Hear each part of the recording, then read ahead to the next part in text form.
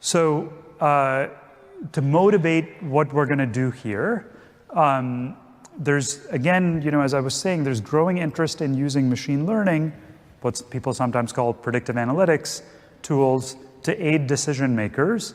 And in this case, in the context of criminal justice, what we're going to focus on in the next hour or so. Now, why is that the case? So I gave one example in the context of the Google Health stuff, where it's useful in getting the information more quickly, in getting it at finer geographies. A different motivation, which is what structures what we're going to talk about in the context of criminal justice, is that humans' decisions often exhibit substantial biases. And so what I'm first going to do is just demonstrate a set of biases that seem to arise systematically with a series of empirical examples, and then we'll talk about how you might use machine learning methods, recent stuff that people have been doing, in an effort to try to basically improve some of the decisions that people are making, potentially reduce some of these biases. So I'm going to give you three very different examples from different settings, starting with an example of bias or racial discrimination in hiring. So in a famous paper, Marianne Bertrand and Senthil Mullainathan, who was at Harvard at the time, studied biases in hiring by sending out fictitious resumes with identical credentials in response to real job ads. So this is what social scientists call an audit study, where you basically take some real world, say set of jobs in this case, and you create resumes to apply to those jobs. And what they do, which is the critical feature of this experiment, is that they vary the name of the applicant, the name that you list on that resume that you send in, to be either white sounding, so think of names like Emily Walsh or Greg Baker, versus black sounding, so Lakeisha Washington or Jamal Jones. So you can basically look up a database of names from Social Security and get predictions essentially of the probability that someone is black or white based on their name, and you can pick names that tend to be more commonly associated with black Americans versus white Americans, okay? And so they have a set of names, they have a set of resumes, and they're basically gonna send 5,000 resumes in response to 1,300 real help wanted ads in newspapers in Boston and Chicago, and they analyze the rate at which you get a call back in response to the application for an interview. And here's what you get from that exercise. So the critical thing that's being done here is it's a randomized trial. You send resumes with the same exact qualifications. The only thing you're changing is the name on the top, right? And you're seeing whether the name on the top of the resume seems to matter, presumably because people are making an inference about race from that name. But everything else, education, prior work history, everything else is identical. That's key. So this is now just a simple comparison of callback rates for resumes that were sent out with black sounding names in the blue and white sounding names in the red. And you can see systematically across all of these different groups in the full sample, in Chicago, in Boston, among women, among men, there are always higher callback rates, and quite significantly higher callback rates, something like 50% higher for white sounding names than black sounding names. So there's very clear evidence of discrimination by race, conditional on credentials, in the labor market. So I think this is an extremely clear demonstration of that, a study that's been replicated a number of times.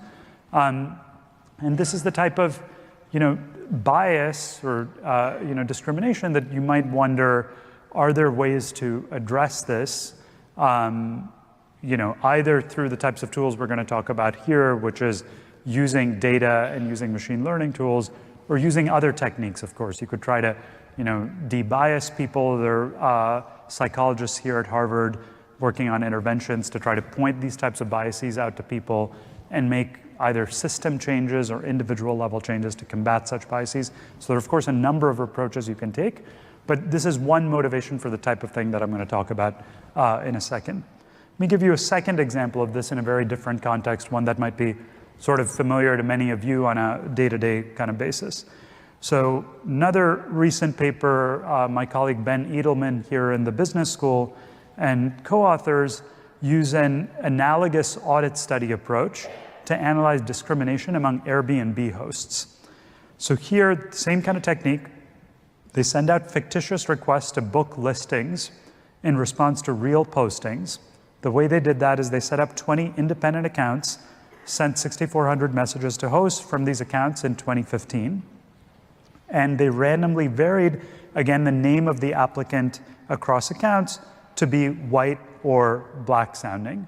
And they don't include profile pictures in these accounts so that the only information that you can use to infer race is coming from the names, right? Same kind of exercise. It's a randomized trial. Look at the probability that the host responds to your inquiry by the inferred race of the person who's making the inquiry, the guest. And you can see that the Airbnb hosts are more likely to respond if you have a white-sounding name than a black-sounding name at various stages of to various degrees, right? Just outright saying, yes, you can rent my house, to saying no, there's significantly higher rate of just saying straight no for Black Americans rather than white guests. Okay, so same kind of pattern as the Bertrand-Villeneuve finding in a different market. Now here, you might, one potential thing you might be thinking about is maybe that's not that costly to the host, because if it's a dense enough market, even if you turn down one application, maybe you'll just fill your apartment with somebody else. But that is not, in fact, the case. So they look at what happened to the listings where the offer they made was not accepted. And you see that roughly 40% of these listings remained vacant on the date that they had proposed to visit the house. So people are literally losing money by not accepting these invitations. They estimate that on average, by rejecting Black guests, you're losing about $65 to $100 of revenue on average, okay? So again, I think an example of a systematic bias that's quite prevalent here, yeah? Is $6,500 conditional on it having remained vacant or unconditional So that was a good question. Let me just try to recall. So that's unconditional. That's unconditional. So because the conditional stat would be basically what is the average rate at which people are renting, right? That's essentially what that question would amount to. I think the $65 figure is unconditionally taking into account the fact that 40% of them remain vacant. Exactly. Questions? Other questions on this study?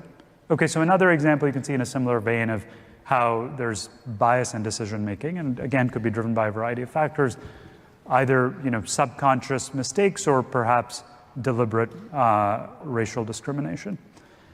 Okay, a third example I'm going to give you kind of illustrates that not all of this might be driven by deep-rooted beliefs. So the first two examples, you might reasonably think that that's partly driven by, serious racial biases, long-standing deep-rooted beliefs that people have. But this third example is going to illustrate that people's decisions also vary greatly based on transitory factors that really seem unrelated to the substantive features of the issue at hand or any kind of deeper bias that they've held for a long time. And so the study I'm going to talk about here is a paper by Danziger et al., where they analyzed data on judges' decisions to grant prisoners parole. Okay, so coming to the criminal justice context that we're going to focus our time on in this lecture. So what Danziger et al. Do is take data on about 1,000 judicial rulings on parole for prisoners in Israel over 10 months. The way this works is that judges review about 20 cases on average each day in succession, okay? And critical for what I'm going to talk about, the ordering of these cases, the order in which they appear before a judge is essentially random. It depends upon when the attorney happens to show up. And they argue, I think reasonably credibly in the paper, that there's no strong selection there. It just so happens that some attorneys had some other appointments in the morning and they show up a little later or a little bit before. So essentially you have like a random ordering of when people are brought up to see the judge to decide whether they're going to get parole or not. So the judges can basically make sort of a binary decision. Either they grant parole or they reject, which amounts to delaying to a future hearing and maintaining the status quo that you stay in prison. Okay, so it's just kind of like a up or down decision. Now the key institutional feature of this setup that they're going to exploit is that there are 2 breaks during the day during which the judges take meals. So there's a 10 a.m. break for a late morning snack, which lasts about 40 minutes, and there's a 1 p.m. break for lunch. Okay, so these 2 things, might seem, why am I telling you this? It might seem totally inconsequential, but the fact is they're actually extremely consequential.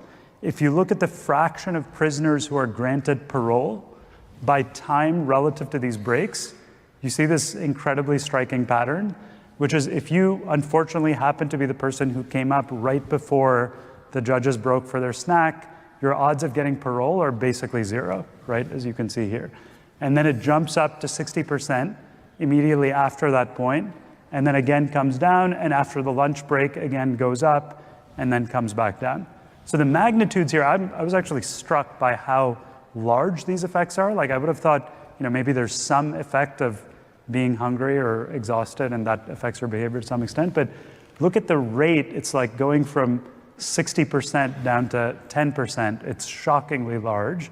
And so, the reason I think this example is interesting is because this is not something like racial bias. This suggests that something that varies at a much higher frequency, have you happened to have a break or not, really seems to affect people's decisions on an important issue. Do you give someone parole or not, in a really serious way, all right?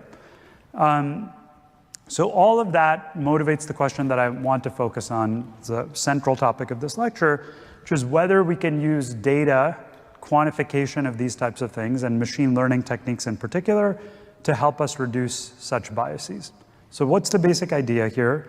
We try to develop algorithms to predict outcomes of interest, and then use those either to guide or potentially, in the extreme scenario, replace human decisions, right? So you can imagine, like in the parole context, what are you trying to do? You're trying to figure out if someone will kind of be a threat to society if they're paroled, as opposed to if they're kept in prison. You could try to predict that outcome, and then in principle have a decision rule that's based on that prediction instead of judges making these decisions. And then, of course, that algorithm is not going to be subject to the lunchtime break bias, but it could potentially, so it could potentially outperform human decisions on that sort of margin, but it could also have other biases or shortcomings, right? There could be things that the judge actually takes into account that is hard to capture in a machine learning algorithm.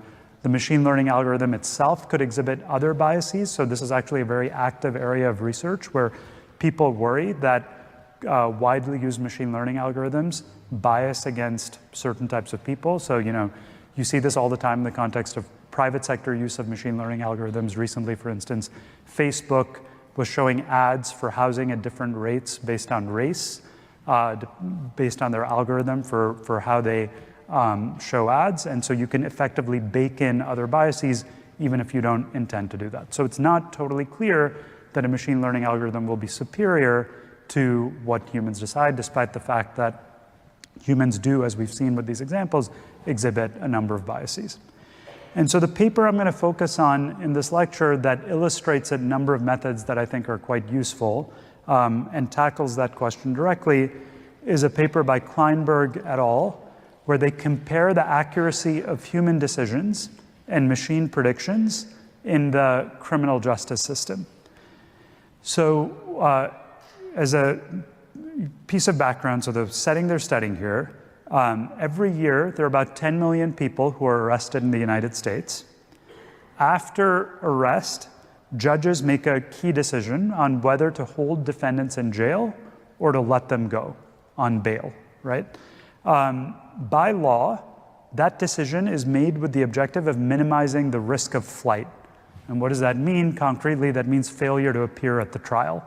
So some people, they're worried if they let them go, they're not going to show up for the trial, and other people, they're less worried about that risk.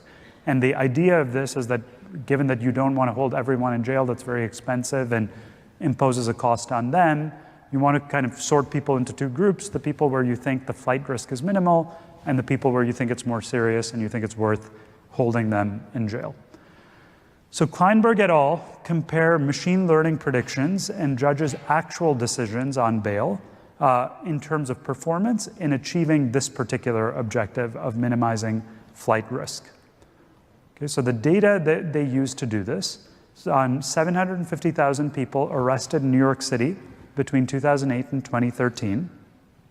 And they have access to the same data that judges get when they make these decisions. In particular, they have access to the rap sheet, the current offense that they've been charged with, their background, et cetera, all the information that the judge might use to make this decision. They then use data on subsequent crimes. In particular, do people show up or not for the trial? They observe that outcome for the people who were released in order to evaluate the performance of the algorithm that they develop and compare it to what judges are actually doing. Now, so they can look at a variety of sort of crimes afterward. And as I was just saying, they define crime as failing to show up at the trial. And the objective is to jail those with the highest risk of committing this crime. So what's nice about this particular setting, and the reason they chose this setting to compare judges' decisions to machine learning decisions, is that the outcome that you care about is extremely well defined. So if you think about other contexts, so we're doing some work at the moment in our group doing machine learning predictions with college application data and comparing the decisions that were actually made in terms of who got into selective colleges to what you might have done if you were trying to maximize certain outcomes using data from the application file, using machine learning techniques of the type we're going to describe here. So one challenge in that college setting is that the outcome that you're after is much less clear. Like when you're trying to find the best students, best can be interpreted in many different ways, right? It's not a one-dimensional object. It could be in terms of, future potential in the arts or the sciences or the chance that somebody's going to become an entrepreneur or numerous other things that people might care about. And so when the objective itself is somewhat debated, it becomes difficult to compare the machine learning algorithm prediction to what the actual admissions officials are doing. It's hard to say who's doing a better job if you can't agree on what is better. Whereas here, it's extremely clear what is better. What is better is if you have fewer people who are not showing up for trial. Like everyone agrees that's the objective you're trying to achieve. And so it becomes completely clear, as you will see, to rank judges' performance relative to the computer's performance. So that's a nice feature of this case. And that's why we're focused on this particular issue. Now, they also look at other definitions of crime, which are not the central focus, but you can look at things like repeat offenses. Does somebody commit another crime and so on, like another actual crime aside from showing up from the trial? And they find that you get similar results to what I'm going to show you here. Okay, so how does this work? So the technique that I'm going to describe here is one that's very widely used, and it's one that you will use in the fourth empirical project where you're going to build your own prediction model in the context of predicting outcomes like social mobility. And we'll go into more detail on what I'm going to show you here, which is going to be a little bit more technical in the sections as well. But hopefully you'll be able to follow the high-level concepts here. Okay, so very similar to what we talked about with the Google flu trends example, the first step in this is that they're going to divide their data into 3 separate samples. It's a common structure that people use in machine learning applications. So you start out with your set of data, right? 750,000 observations, that's on the left side of this flowchart. You break it into 3 sets. Start with the middle set. That's the training set. So that's the data that you use to actually fit your prediction model. So that's what you're actually going to use for estimation. And you're going to build this crime prediction model using those 443,000 observations. So that's one group. They take 80% of the data to put in that training set. Separately then, so actually before they get to that training set, they take part of the data and put it in what they call a lockbox.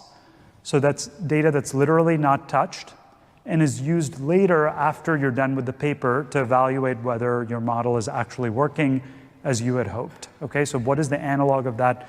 With the Google example, they used data up to 2007 when they were writing the paper, and then you can think of the lockbox as the data from 2008 and onward, which they literally did not have access to when they were doing the analysis, which is the analog of what they're doing here, right? So you always want to leave out some data from your analysis so that you have a really credible way of evaluating whether your model actually works.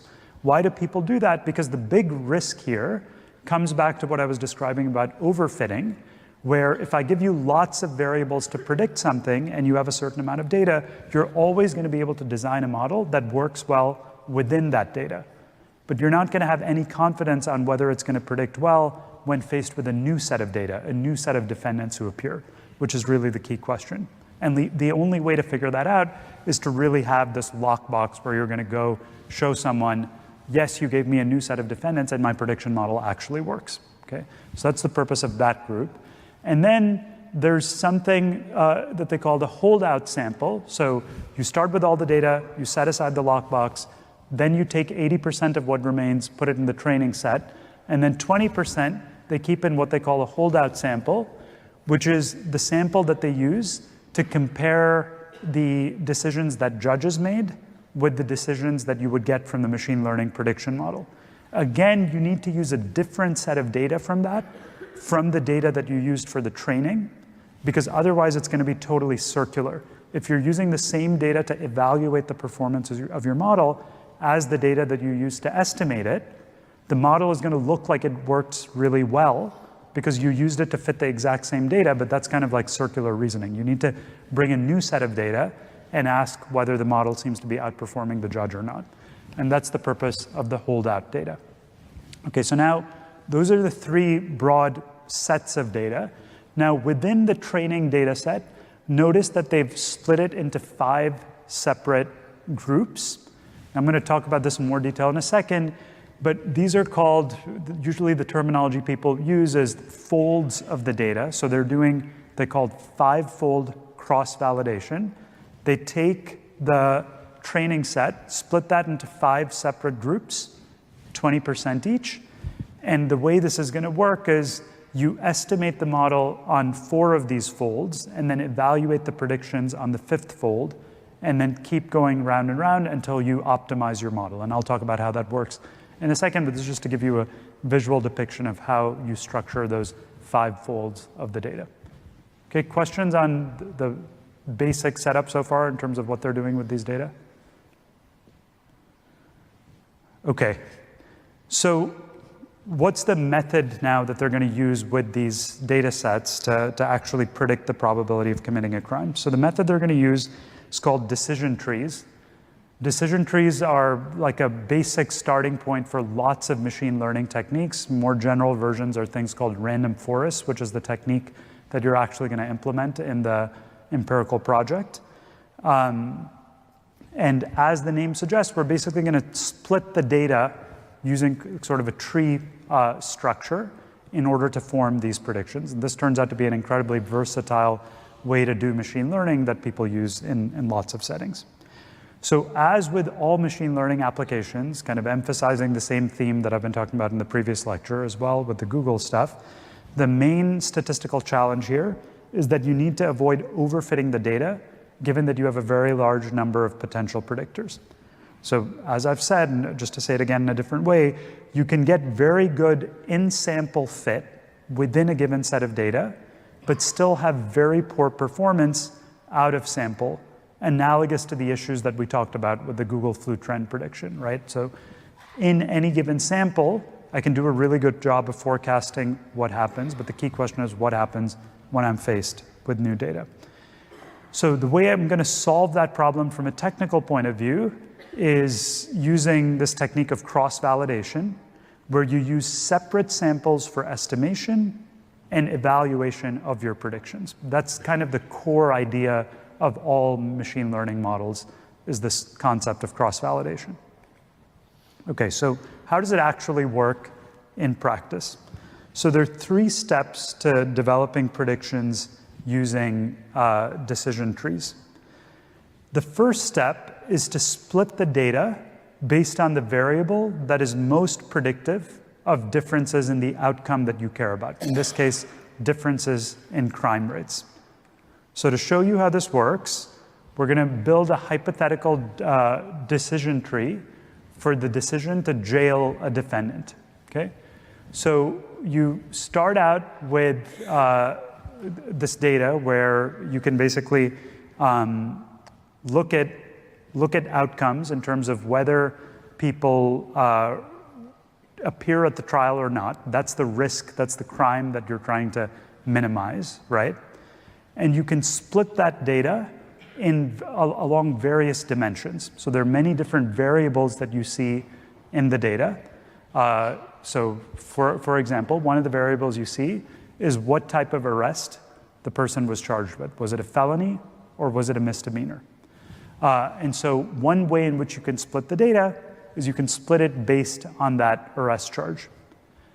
So now, so basically what you do in that first step is split the data based on the variable that is most predictive of the differences in crime rates. So just coming back to this for a second, why do I start with arrest charge here? As you might think about, as you might think is intuitive, one of the variables that is most predictive of whether you're going to show up at the trial or not is this felony versus misdemeanor, kind of the severity of the crime, right? People who've committed felonies, you might be more worried that they're not going to show up at the trial. You might be more inclined to jail them as a result. So basically what you're trying to do in this first step, imagine you have 10 different variables. You have the arrest charge, you have some information about the defendant's age, maybe their gender, maybe where they're from, their prior criminal background, etc. You're going to take each of these 10 variables and you're going to imagine splitting the data on the basis of that variable, and you're going to ask which variable creates the biggest difference between the two groups in terms of the probability that the defendant appears at the trial versus doesn't appear at the trial. That is, which variable in a univariate single sense is most predictive of the outcome that you care about. So for some variables, like let's say maybe age or certain things like the location where the crime was committed, maybe it's not that predictive of the outcome, and so splitting the data on that basis is not going to do that much. For other variables like the arrest charge, it might matter a lot. So basically, you're going to split the data on the basis of each of these, find the split that creates the biggest difference between the two groups, and start at the first node of the decision tree, splitting on the variable that is most predictive. Okay, that's the first step. Then what you do is kind of repeat that process, growing the tree up to a given number of nodes, n. So to illustrate how that looks visually, I've split the data into these two groups. I'm now in the felony category. So I'm looking in the subset of the data where everyone's committed a felony. I then do the same exercise. I ask, among the people who've committed felonies, which variable is most predictive of the probability of the crime, of committing a crime, not showing up at the trial? And, I'm just making this up, but here, suppose the next most predictive variable is age. Perhaps people below the age of 30, maybe young defendants, are more likely not to show up at the trial than older defendants, and maybe that's the next most predictive variable, so you split it like below 30 versus above 30. Now in this simple example, just to make this easy to understand, everything I'm doing is just a binary split. So by that I mean it's just 0, 1, you do below a certain age or above a certain age. You can of course imagine more sophisticated versions where you don't just split above and below 30, you choose the optimal age to split at. Might be below 27, above 27, below 33, above 33. To make it simple, just imagine that the only data you have is whether people are below or above 30. All the variables have this kind of 0, 1 feature. Was it a felony? Was it a misdemeanor? Were they young? Were they old? Was it a man or a woman? That makes it easy to understand how this tree structure works. You can then think about a slightly more complicated version where you actually choose where to split continuous variables, okay? But it's just going to be a variant of what I'm showing you here. So just like we talked about with the arrest charge, we've now identified age as kind of the second most predictive variable among the people who have felonies. Likewise, we can split the data for the people who have misdemeanors. Maybe it turns out in that branch of the tree, age perhaps is not the most predictive split. It could be that it's something like about whether you had a prior crime or not. And maybe if you did have a prior crime, the data show that you're much more likely to not appear for trial if we let you go among the people who were let go in the past. And so we split the data on that basis. And we say for the people who did have a prior crime, we're going to keep you in jail. The people who didn't have a prior crime, we're not going to keep you in jail. Okay, so it's that same kind of logic. You can see why it's called a decision tree. At each point, we're going to make a split based on the information we have, looking at all the variables that we could look at. Okay, so we keep growing this tree up to n nodes. How many levels do you have in the tree, right? So you can keep going with this exercise on and on and on, in principle, until you run out of variables. And there's a question of kind of where you want to stop. How many layers do you want in your tree? And so the way we're going to figure that out is this is where you bring in the cross-validation, you bring in the separate validation sample to evaluate the accuracy of the predictions based on a tree of a given size n. So you might build a tree with 5 layers, a tree with 10 layers, a tree with 20 layers. You do that with your within your training data in 4 folds of that data, and then you basically take the 5th fold, the data that you haven't used in that estimation step, and ask, when you have a tree of size n, how good a job is it doing at making predictions? And what you'll see is if you have a tree that's too deep, at some point the predictions actually are worse when you have a tree that is too large, and that's how you choose the optimal size of the tree, by repeating the first 3 steps with different levels of n, different depths of the tree n, and picking the optimal depth. Okay, so to make that a little bit more concrete, let me show you how this actually looks in their data. So they do exactly this decision tree exercise with the variables they have. They're varying the number of nodes they have, like basically how big that tree is. And then they're showing you the amount of prediction error. Let's focus on the red curve first. They're showing you how the prediction error changes as they make that tree bigger and bigger. So initially, you can see that the prediction error is falling as they make the tree bigger and bigger. And just to be clear, what do I mean by prediction error? By that I mean the model spits out a prediction about whether the defendant is going to appear at trial or not. And you can compare that to whether in the actual data, the defendant appears at trial or not. And if you predicted they were going to appear and they didn't appear, then that's an error. And vice versa, if you predicted they weren't going to appear and they did appear, that's also an error. And you basically count how frequently that happens. That's essentially the way you can think about the prediction error. And you can see here that when you have a tree depth of about 35, the prediction error is minimized. And if you go beyond that and you try to kind of get fancier about it and have more and more information, more and more depth to your tree, a more complicated model in some sense, you actually have higher prediction errors at that point.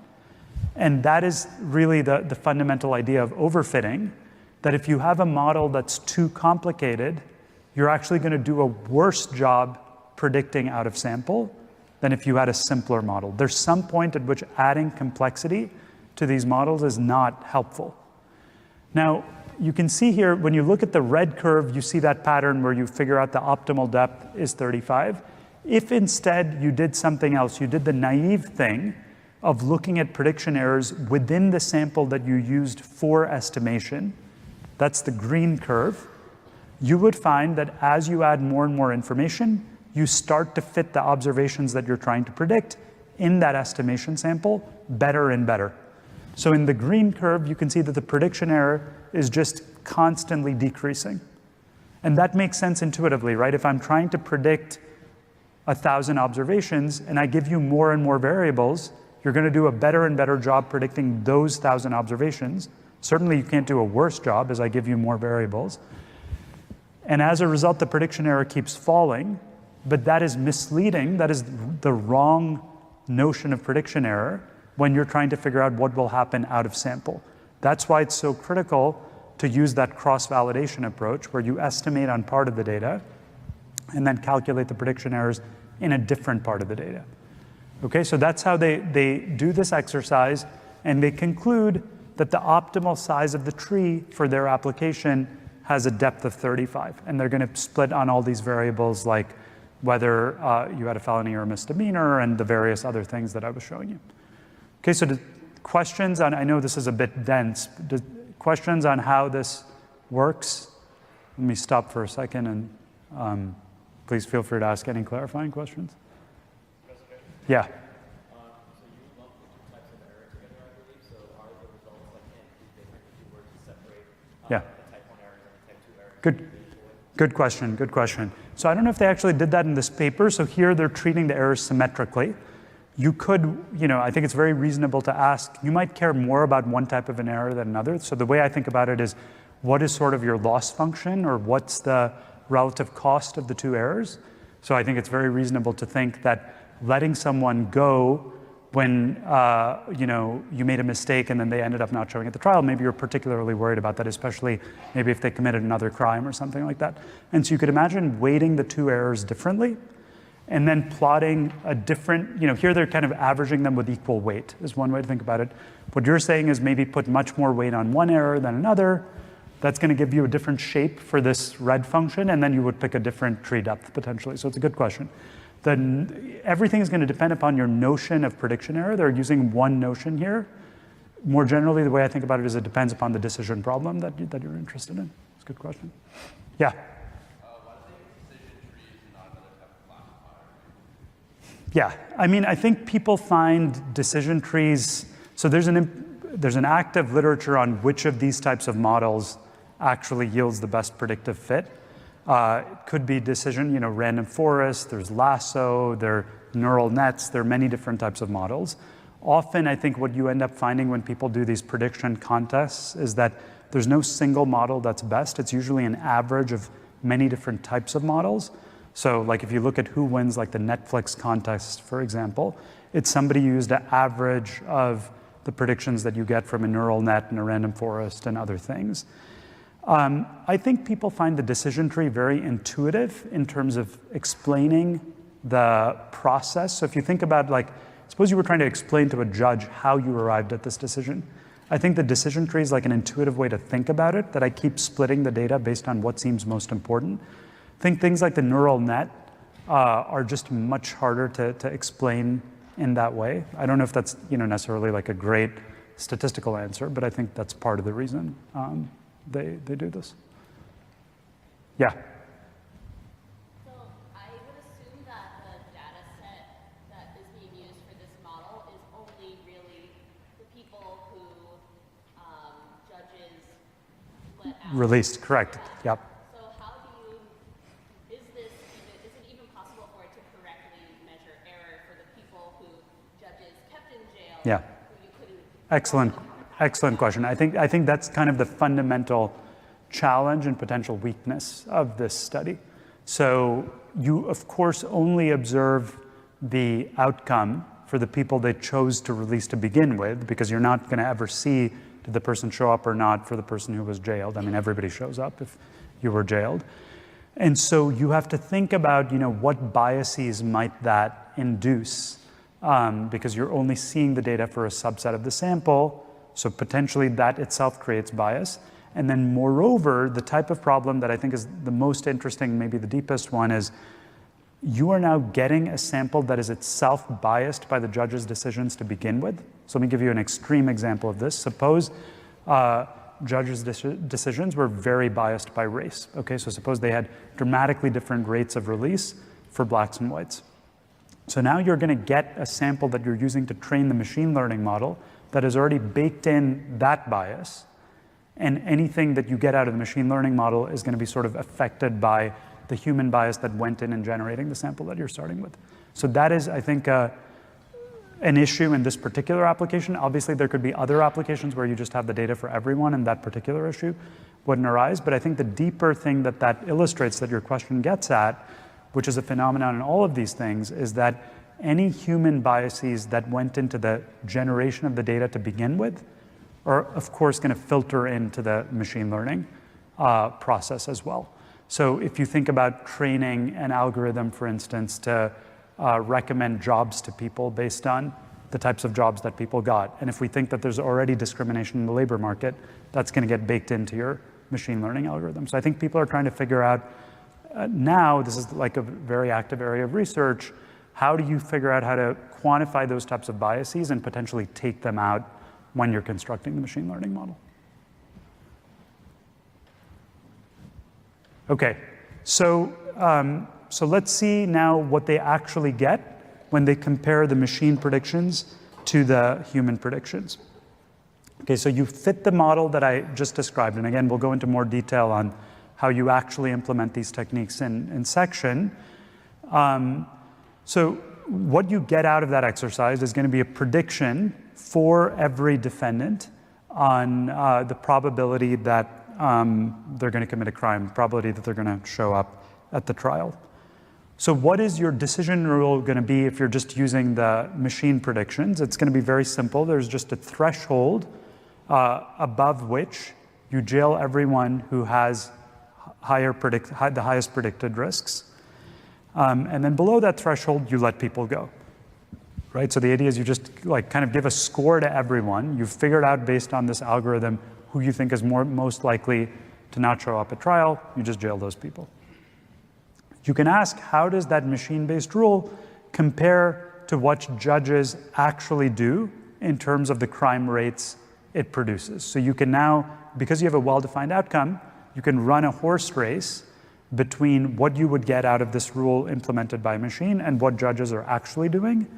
And you can ask which one seems to produce a lower rate of crime. Now, the answer here is not totally obvious, right? So it's not clear that the machine learning model will necessarily use the data in a better way than the judge. And moreover, I think it's not obvious because judges can see things that are not necessarily in the case file. They're not just literally looking at the file. They also see these defendants appear in the courtroom, and there could be some communication there, or the defendant's demeanor in the courtroom, could it actually be a useful signal about whether they're likely to show up at the trial or not, and might help the judge potentially make a better decision than what we're able to do based on this computer algorithm where we're not able to incorporate that sort of information. So before I go on and show you these results, I want to see what people think. Do you think the judges are going to be better, or do you think the machines are going to be better? Do you think the judges will be 25% better in terms of reducing crime rates, or all the way down to the machines being 25% better in terms of crime rates?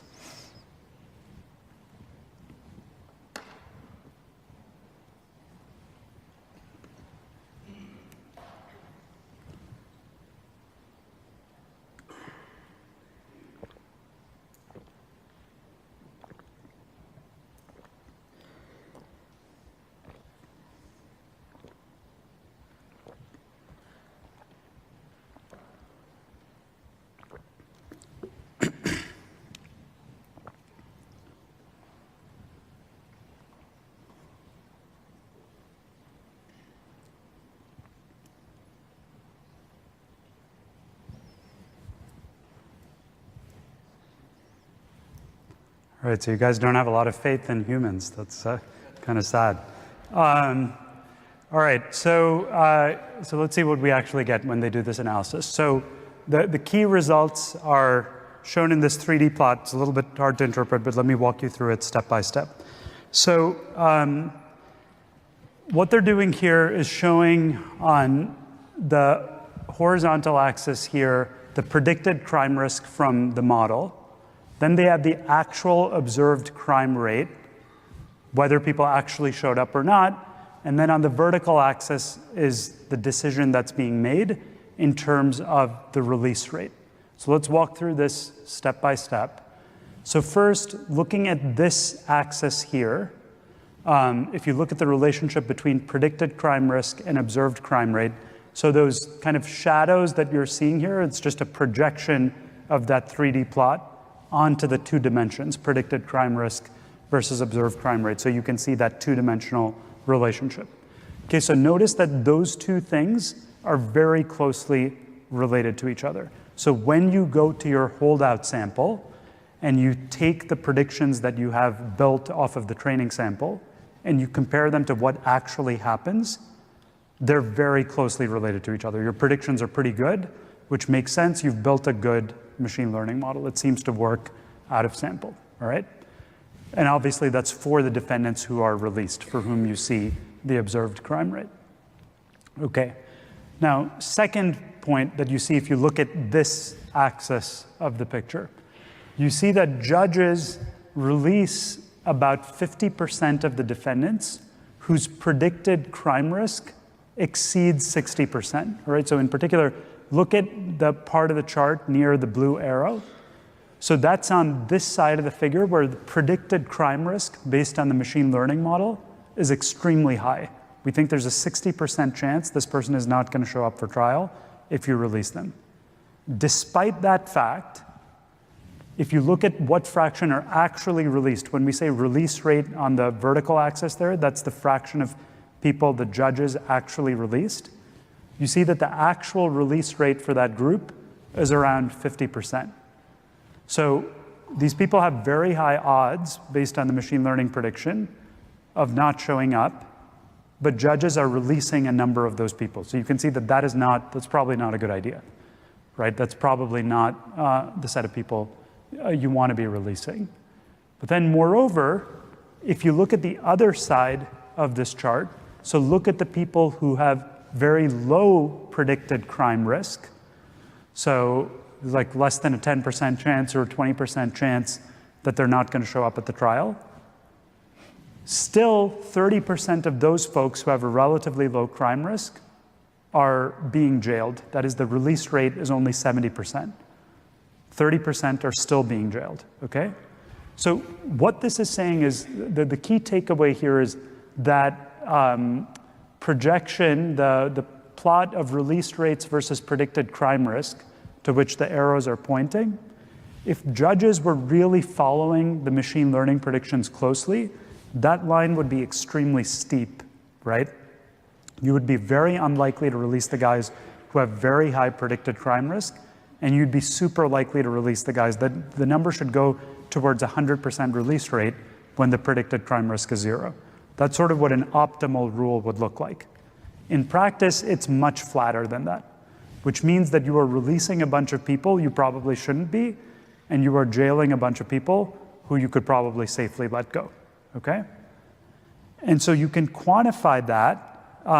So what that means is that by swapping low risk and high risk defendants, you can basically keep the jail population fixed while lowering crime rates, right? So if you think about it as, I have a certain budget constraint, I can only keep so many people in jail.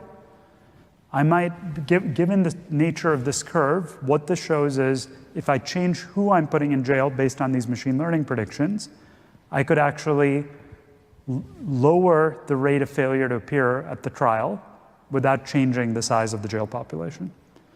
And you can quantify how big the gains from machine prediction would be by imagining doing that swapping exercise. And what they show is that, as a number of you guessed, you were right, crime could be reduced by 25% with no change in jailing rates if you use the machine learning predictions instead of the judge's current decisions. So the machine does actually significantly outperform judges.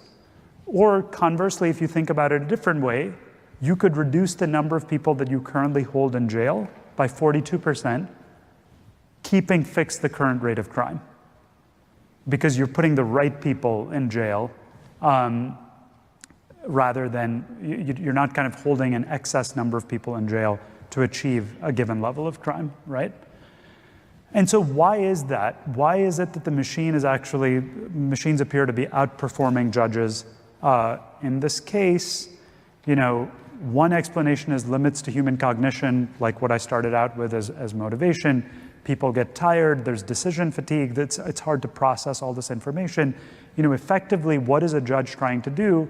It's sort of based on experience. You can think of it as trying to build a prediction model, right? I've seen lots of cases like this. I can make a good guess about whether this person is going to appear at trial or not. In practice, you can see various things that might go wrong there. It could also, moreover, be that judges are affected by things like cues in the courtroom, like the defendant's demeanor, as I was saying before, in ways that are actually unhelpful. So if you think about how someone is acting, maybe it's actually not that predictive of whether they're going to commit a crime or not, and then you incorrectly use that information to make a certain decision. So whatever the reason, I think at least in this particular application, the gains from the machine learning predictions are quite substantial. Now, of course, nobody is going to say based on that, like, let's not have judges, let's just run these models and then make decisions purely on that basis. That's probably too extreme.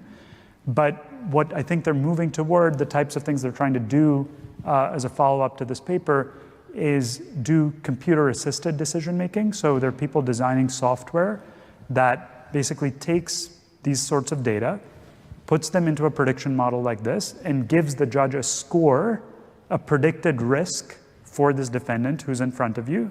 And then you can choose to deviate from that if you want, but at least this gives you some like hard information to go on that's aggregated in the right way to predict the outcome that you care about. So I think that's really useful in this context. You could imagine, coming back to the college admissions context that I was talking about before that we're working on, providing predicted scores for applicants on various dimensions that colleges care about. How likely is this student to succeed academically, professionally, and other, in various subfields, construct these predicted scores, not ever thinking that you're going to replace the admissions committee purely with those algorithmic rules, but it's a useful way to aggregate complex information as an aid to decision making. Okay? Questions on this study before I move on to a final set of things? Yeah.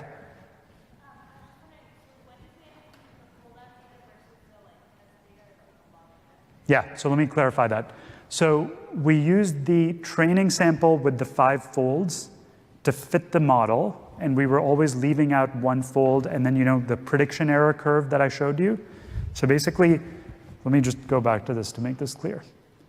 So this chart is totally based off of the training data. The red curve is estimated off of the fold that you left off, where you use the 4 folds to estimate the model, and then you evaluate the prediction error in the 5th fold. Okay, so this entire thing is based off of the training data. We then draw this chart off of the holdout data because we want to assess the fit of the model and compare judges' actual decisions to what the model predicts in a completely new set of data. And then there's the lockbox, which is not being touched until the paper is put out, and the idea is that they will use it down the road to evaluate the performance of the model. Anybody else? Okay. All right, so one final area that's kind of a segue to what we're going to talk about in the next lecture, where similar tools are being deployed, is predictive policing. So another active area of research and application, particularly in criminology, using big data. So what's the idea here? Rather than in the previous case where we've gotten to a point where somebody's committed a crime and we're figuring out the right thing to do, in this case, the idea is to predict and try to prevent crime before it happens, which of course would be even better than the previous problem that we were dealing with if we could solve it. So there are 2 sorts of approaches that people talk about here. I think of it as basically like an area level approach, a spatial approach, or an individual level approach. So an area level approach makes sense fundamentally, or spatial methods make sense, because there tends to be a clustering of criminal activity by place and by time. So a very simple way to see that is this plot here from a paper in the Journal of the American Statistical Association, where they're just plotting a frequency distribution of the time between burglaries that are separated by 0.1 miles or less. So to think about this mechanically, suppose you take a 0.1 mile radius in a neighborhood, and you say there was a crime that occurred on January 1st. How likely was it that there was also a burglary that occurred on January 2nd, January 3rd, January 4th, and just plot the frequency of that. So like, how large is the gap between 2 burglaries? What is the empirical distribution of those gaps? And what you can see here is that there's a sharp spike at 0 and 1. So when there's a burglary on a given day, it's very likely that there's another burglary in that same neighborhood on that same day or on the next day. So there's a tight spatial and temporal clustering of crime. Why is that? It could be that the same set of people burglarize multiple houses, or there's some spike, kind of correlation in criminal activity that occurs in given places and given times. So why is this useful? This suggests that you might be able to detect where these hotspots of crime are going to occur. And that potentially motivates kind of spatially tools that are oriented around detecting crime at high frequencies in certain areas. So an example of a technique like that, which I'm not going to get into here, some of you might have heard of this database called ShotSpotter. So the way this works is when there are gunshots, there's a very distinctive audio signal associated with a gunshot that you can pick out, from some distance. And so there are police departments around the country that have basically set up microphones, sensitive microphones on top of buildings that will detect gunshots, and you can aggregate that data, and you can figure out when there are gunshots being fired through the signature. Again, it's basically using a machine learning algorithm to pick out what seems like a gunshot. And that can give you high frequency data on where crime is potentially occurring. Now you might ask, why don't you just wait for people to self-report gunshot? If you look at these sorts of data, you see that a huge number of incidents of gunshots are not reported. Actually, a very, very small fraction are reported.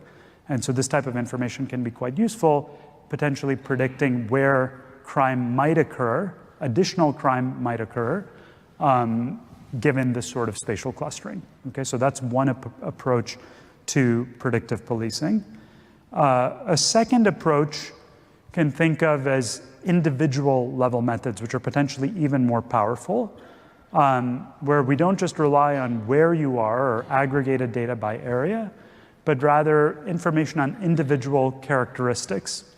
So it could be things like people's background, even their social networks, data on behaviors. So as an example, I think kind of a controversial example of the use of this type of data, if you see that kids who have certain profiles in school, like kids who've been suspended many times or gotten expelled, you might be able to fit a machine learning model and see that those types of children, there's certain behavioral patterns associated with crime down the road. That can give you predictions of the types of subgroups where you might be more worried, and you might allocate resources to try to prevent crime. Now, the methods there are quite similar to the types of methods that I talked about, at least conceptually, in the other application, so I'm not going to show those examples here. I'm just going to end by talking about why I think it's not totally clear whether you want to use these models, even if you're able to build them. So there's, I think, a serious ethical debate about the use of predictive analytics in settings like this. And I think there's basically a tension between two views, both of which strike me as reasonable. So one view questions whether a person should be treated differently simply because they share attributes with others who have higher risks of crime. So an extreme version of this where you can see very clear ethical concerns is we saw in our in earlier lectures that there are sharp differences in terms of rates of incarceration by race, and in particular, Black men are incarcerated at much higher rates than other groups. So as you can imagine, race is potentially going to be a powerful predictor of crime and incarceration in models like this. And even if you were to explicitly exclude race from your prediction model, what's going to tend to happen is that variables that are correlated with race will start to become predictors, like zip code and things like that. And so then effectively what you're doing is treating people differently on the basis of race, just because they happen to share race with somebody else. You might be subjecting them to more policing or a different set of interventions, which of course is, at some level unfair given that they haven't done anything yet. And so I think that's a serious ethical concern with using these sorts of prediction tools. But then on the flip side, I think you can also ask, should police, judges, decision makers in general really discard information that could, in fact, if you use these data for good, it could in fact make society fairer and potentially more just than it is now on average. So you could potentially target your resources much better with the use of these prediction tools, as we saw in the judge example. And so, it's true that you're kind of treating people differently on the basis of their attributes, but if you think about it from the perspective not of the fairness of the process, but the ends, the outcomes that you achieve, maybe you've actually made things better overall. So I think this is not totally clear. There's actually an interesting literature developing on fairness in algorithms that tries to get at these ethical issues and tries to think rigorously about which algorithms are fairer or less fair and make that a precise quantitative thing. So what we're going to do, I'm going to leave it here for this lecture. We're going to discuss these issues and I think some interesting practical applications of predictive analytics in the next guest lecture, where we'll have people from actually the Middlesex County Sheriff's Office and Arnold Ventures talk about how they're using these data.